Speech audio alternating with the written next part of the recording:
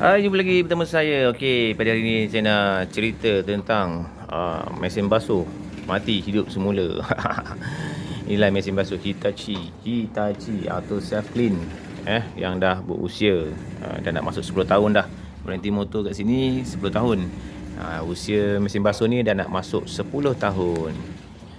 Okey, jadi apa yang berlaku pada washing machine ni adalah washing machine ni dah melalui satu perjalanan yang agak jauh juga, dengan dia punya load yang ditanggung oleh mesin basuh ini untuk family nak basuh baju setiap hari kan.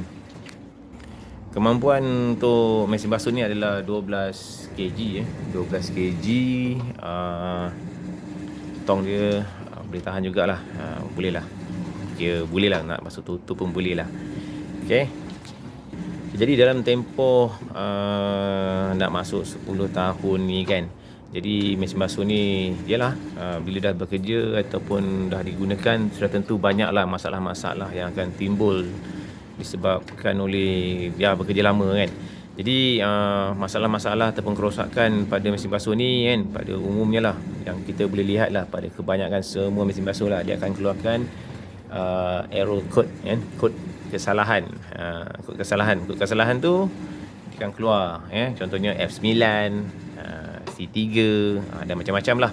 Benda ni awak akan perolehi pada semua mesin basuh, di mana anda boleh explore dalam Google dan anda tengoklah apakah maksud error code tersebut dan apakah penyelesaian yang perlu anda lakukan. Biasanya dia akan keluarkan kod dan dia minta kita untuk settlekan masalah dan tukarlah part-part mesin basuh yang bermasalah tersebut. Tapi yang ni dah rosak lah kan.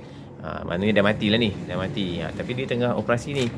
So, dia kata hidup semula. Okey, nanti saya nak cerita apa pasal dia kata dia boleh hidup semula. Okey, nak jadikan cerita, baru-baru ni mesin basuh ni mengalami masalah. Selepas dah banyak kali dah saya repair mesin basuh ni dengan error code yang tertentu, saya ingat dah lebih 6 kali saya dah tukar spare part pada mesin basuh ni. Ada banyak lah part-part yang dah rosak, switch, dia punya drain valve, dia punya intake punya air, belting, lepas tu setting dia punya clutch dan sebagainya. Dan pada baru-baru ni mesin basuh ni ada masalah, dia masih lagi mengeluarkan error code iaitu C3. Kalau kita rujuk di dalam gambar rajah ataupun dalam dia punya manual tu, dalam dia punya repair tu, C3 adalah berpunca daripada masalah switch pintu. Switch pintu ada kat situ, switch pintu pada mesin basuh adalah satu safety di mana dia akan terkunci apabila mesin basuh tengah spin, tengah membuat washing pada kain. Jadi switch pintu ni akan dikunci secara automatik untuk mengelakkan kemalangan apabila pengguna menggunakan mesin basuh dalam keadaan mesin tengah beroperation, tengah pusing laju-laju tu, bermaksud jangan buka pintu dan dia akan kunci pintu ni. Tapi sampai satu masa switch ni akan rosak sebab dalam switch ni ada motor tapi saya tak boleh nak tunjuk lah, saya just explain sajalah ada motor. Saya dah habis simpan ni, saya hari tu dah buat video tapi video tu dah ada korup lah, habis semua dia punya video dah terdelete lah, tak boleh buka. Jadi saya view macam keadaan macam ni sajalah. Okay, jadi ada satu motor yang akan ada satu motor yang akan lock pintu tu apabila dia mendapat signal daripada motherboard dan ada kerja-kerja sedang dilakukan pada mesin ni. Jadi tujuan switch tersebut sangat bagus, di mana dia akan menyelamatkan pengguna daripada mendapat kemalangan disebabkan oleh tube drum ni yang tengah beroperasi. Selain tu ada lagi lah error code yang saya terangkan tadi tu, yang ada kaitan dengan apa yang perlu anda lakukan, tindakan yang perlu anda lakukan apabila benda ni keluar. Kita kena repair dia supaya dia boleh terus beroperasi. Okey, apa yang saya nak katakan tentang mesin basuh mati hidup semula. Mesin basuh ni baru-baru ni telah pun tak boleh digunakan lagi sebab dia punya keadaan spare part ataupun bahagian dalam-dalam mesin basuh ni dah banyak yang berkarat. Contoh kalau anda lihat kat sini dah berkarat, yang part-part yang lain tu dah nak mula reput. Jadi karat ni ataupun reputan pada mesin basuh adalah perkara biasa berlaku. Terutama kalau anda dah gunakan mesin basuh pada jangka masa yang lama. Punca utama ni adalah disebabkan oleh peluntur ataupun bahan yang digunakan untuk membuang kotoran degil kan. Jadi liquid tersebut akan menyebabkan besi, plastik akan menjadi reput pada sebuah mesin basuh. Okey, tadi mesin telah pun stop, jadi saya berhenti sekejap dan sekarang ni saya akan sambung balik. Jadi sampai tempoh kan, apa yang berlaku ialah pada masa lalu, baru-baru ni lah, masa lalu pun ada juga error code keluar. Okey, baru-baru ni error code keluar C3. Kalau saya prefer balik dekat manual, C3 bermaksud switch pintu telah rosak. Jadi dengan pantas saya pun teruslah tukar switch pintu. Inilah dia switch pintu ni. Kalau anda tengok, switch tu baru tu. Okey, jadi switch pintu pun saya dah tukar. Bila saya dah tukar switch pintu, masalah ini adalah tidak sebagaimana yang berlaku pada sebelum-sebelum ni. Sebelum ni kalau C3 keluar, repair saja C3 tu. Kalau S9 keluar, settlekan masalah S9 dan sebagainya lah. Apa error code yang keluar tu, selesaikan masalah tu dan bila tekan start, mesin tu lah boleh operasi seperti biasa. Okey, tapi baru-baru ni C3 yang keluar pada kali ni saya tak boleh selesaikan. Walaupun saya dah tukar switch yang baru dan saya telah keluarkan modal untuk tukar switch tu dan buat apa jugalah tindakan ataupun kerja baik boleh, tetapi ia tidak boleh selesai dengan hanya mengikut kod yang terdapat pada monitor ni lah, pada skrin ni. Jadi saya melakukan kerja pengujian, uji dia punya keterusan, connection dan sebagainya. Dan apabila saya buka pada bahagian motherboard pada mesin basuh ni, baru saya tahu yang mesin basuh ni sebenarnya bukan mengalami masalah switch yang sebenarnya, tetapi dia ada kaitan dengan switchboard motherboard yang telah rosak. Inilah contoh, nampak tak kesan rosak tu?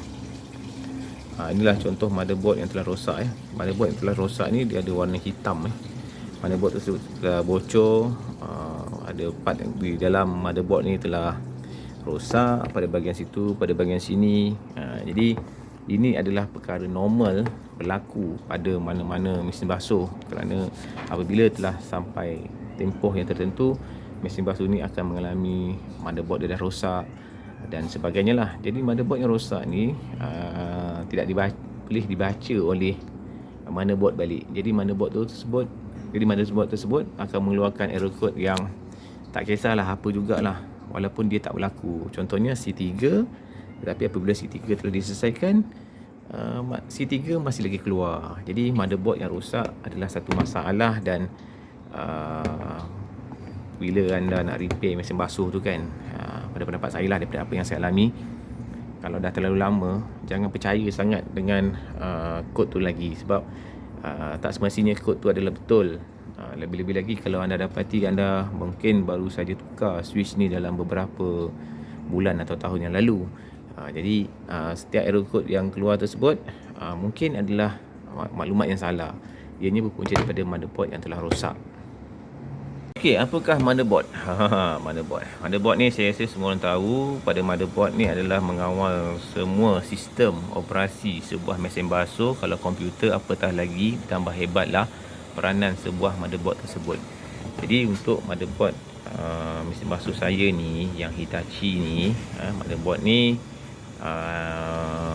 memang besarlah peranan dia, di mana dia ada bahagian sinilah yang dia kawal semua program-program yang terdapat pada mesin basuh. Bukan mesin basuh ni saja, pada mesin basuh anda kat rumah tu pun samalah.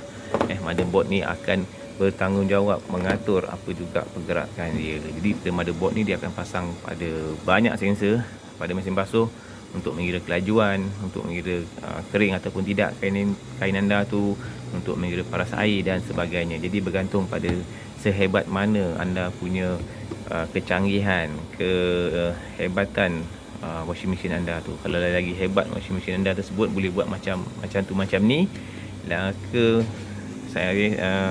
motherboard tersebut memang semakin dahsyatlah dia punya data yang boleh mengawal pergerakan mesin basuh tersebut. Okey, apa pula masalah motherboard? Okey, masalah pada motherboard ni adalah sebagaimana yang anda ketahui lah. Setiap brand mesin basuh mempunyai motherboard ni yang tertentu. Motherboard ni ada brand yang sukar didapati dan ada brand yang harganya agak mahal untuk dibeli semula, ditukar ganti. Contohnya yang saya punya ni, yang Hitachi ni.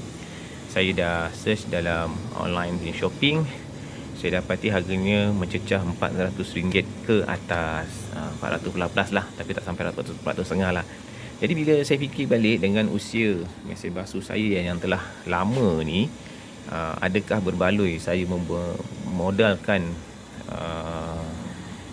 duit lagi untuk beli motherboard ni, dengan harapan dia makin pulih, sedangkan saya sendiri tahu yang bahagian dalam washing machine ni telah banyak saya tukar part dia sebab dah mengalami kerosakan dan sebagainya, dan setiap part mesin basuh yang ditukar anda tak boleh lagi lah dapat seperti exactly lah kualitinya macam baru-baru keluar kedai OEM yang kualiti. Boleh tukar, boleh dipakai, tetapi kualitinya sederhana saja, tak boleh tak sekuat asal, tak sehebat yang asal. Jadi apabila saya dah fikir banyak kali, saya fikir tak payahlah saya nak fikir pasal nak menukar motherboard ni. Pertama, harganya mahal, lebih baik saya beli sebuah mesin basuh manual saja yang harganya sama dengan sebuah motherboard ni, di mana dia lebih baik berbanding kalau saya tukar motherboard ni. Belum tentu lagi sistem ni dalam keadaan baik. Maybe disebabkan oleh kerosakan yang tak diduga. Example, wiring short, overload pada mesin basuh ni, dia akan menyebabkan motherboard ni akan terjejas. Jadi daripada saya pasang saja supply ataupun masang saja soket-soket ni semula, motherboard ni terus rosak dengan risiko yang tinggi saya perlu tanggung. Jadi adalah tak praktikal lah saya nak tukar motherboard seperti ni. Selain itulah, bagi anda yang cukup-cukup makan kan, macam saya ni adalah lebih baik anda kaji dulu setiap motherboard washing machine anda tu. Mula-mula tengok price, harga motherboard tersebut sebelum anda nak buat keputusan nak beli mesin basuh tu brand apa, dan adakah spare part mesin basuh tersebut terdapat di pasaran. Kerana kalau anda salah membuat pilihan hanya kerana promosi dan sebagainya, nanti anda akan jadi macam saya ni lah kan.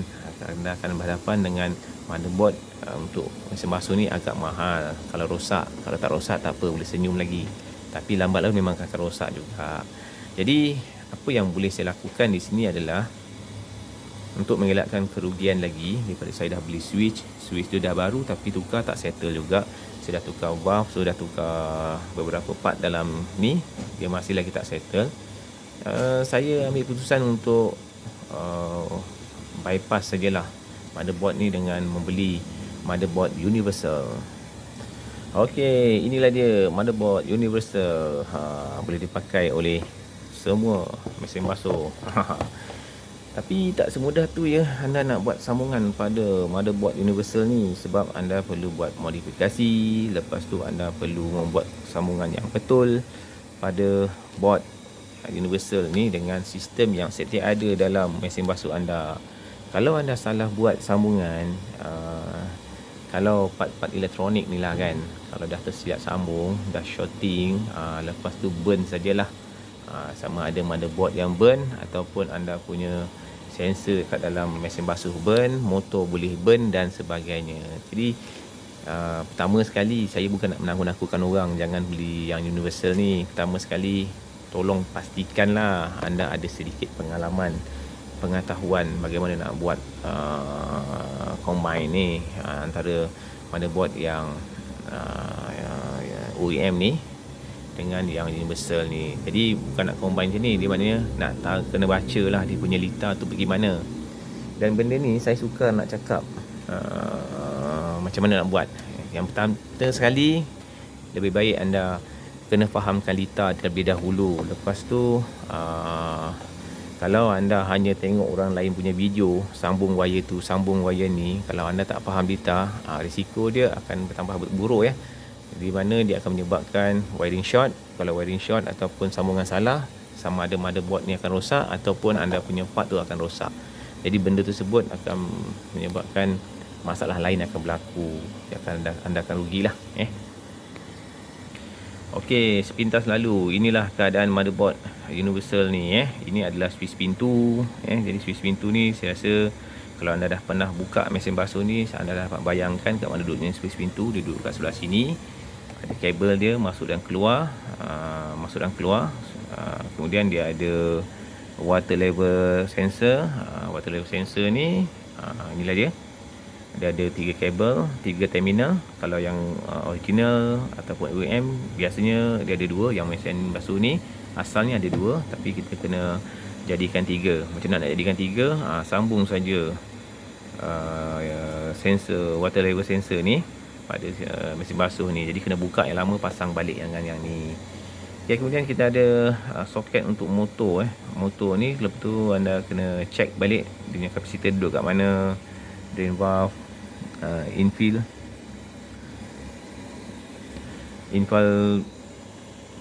valve.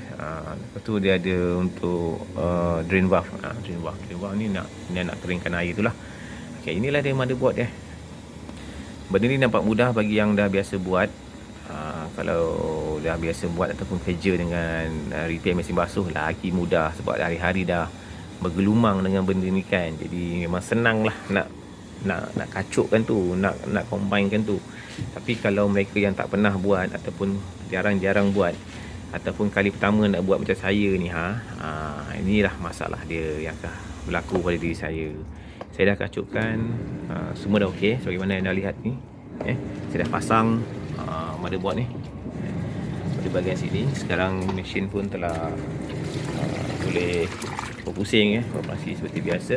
Tapi ada masalah lain pula yang datang, di mana part yang saya harapkan patutnya elok jadi tak elok. Drain valve saya telah pun rosak. Okey, kalau kita rujuk pada gambar rajah lintah kawalan kat sini kan, drain valve tu hanya perlu disambung pada terminal merah kat sini, yang mana merah tu, ataupun dipanggil sebagai, kalau kat sini dia panggil AC interactor. Jadi dah sambung kat situ, dah betul dah. Tapi what happen yang berlaku apabila anda terus saja sambung, motherboard ni tak sama dengan motherboard yang asal yang OEM ni. Dia tak sama ni, dia tak sama dengan yang ni. Yang ni dia ada protection dia dah tahu, dia dah sinkronkan apa yang perlu dibuat. Dia dah tallykan dengan apa perlu dibuat oleh mesin ni. Kalau sambung ni memang ngam lah, tak ada masalah. Tapi kalau kita sambung yang ni akan ada masalah. Bila saya dah follow dengan gambar rajah ni, dah sambung pada AC interactor ni, jadi apa yang berlaku ialah drain valve tu sentiasa berpusing saja, tak stop. Jadi apabila drain valve terus berpusing tanpa stop, tidak seperti yang OEM punya, dia pusing ada limit time, lepas tu dia kena berhenti, lepas tu dia akan stopkan balik mengikut pada spek dia lah. Jadi apa yang berlaku ialah drain valve saya telah pun rosak. Drain valve ni, karakter dia, saya tak ada drain valve punya contoh, tapi dah pasang dah ni pada bahagian dalam. Yang drain valve ni, karakter dia adalah dia akan pusing menarik valve untuk model Samsung, untuk model Hitachi ni yang sebagaimana saya gunakan. Dia akan berpusing dan akan berhenti pada 185 degree. Maksudnya daripada 0 ke 0 ke 180 dia akan berhenti. Kemudian dia akan berpusing lagi daripada 180 hingga 360 darjah untuk tutup. What happen yang berlaku dalam wiring ni yang kita dah follow ni, apabila berlaku perbezaan antara model ataupun maybe benda lain dia dah boleh cover lah, motor, intake untuk punya water level, intake punya air. Tapi untuk drain valve ni akan menjadi masalah sebab dia hanya beri supply saja pada AC apa ni sebenarnya, AC red reactor ni.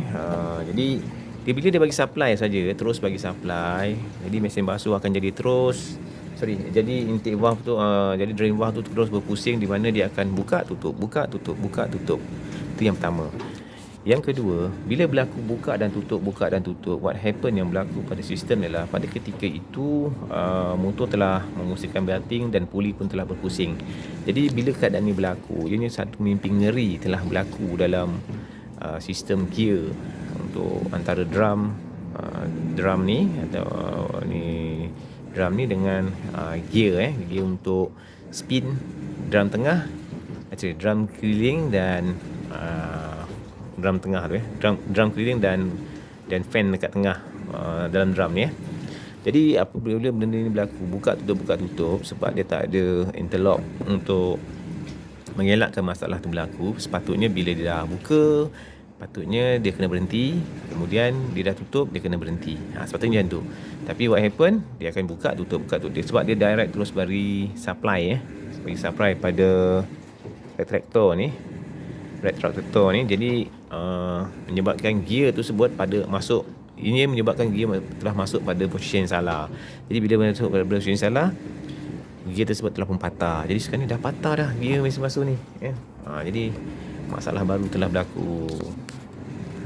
Jadi sama juga sebagaimana yang saya terangkan tadi, mesin basuh ni saya dah calculate usia dia dah berapa tahun telah berlaku pula masalah macam ni. Jadi cannot be lah saya nak teruskan lagi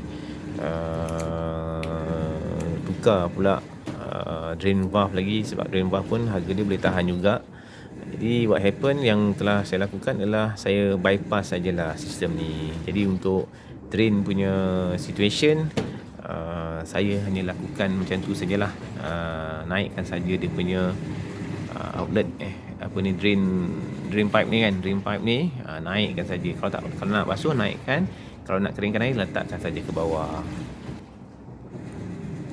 Saya terpaksa ambil keputusan ni sebab saya dah fikir saya tak boleh lagi dah repair mesin basuh ni.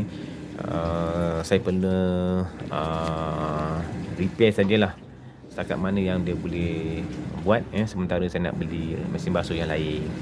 Jadi bagi sistem-sistem yang lain, air masuk, pusingan motor, untuk mesin basuh semuanya dalam keadaan baik tapi untuk drain valve dah tak boleh pakai. Jadi ada banyaklah masalah yang terdapat pada mesin basuh ni.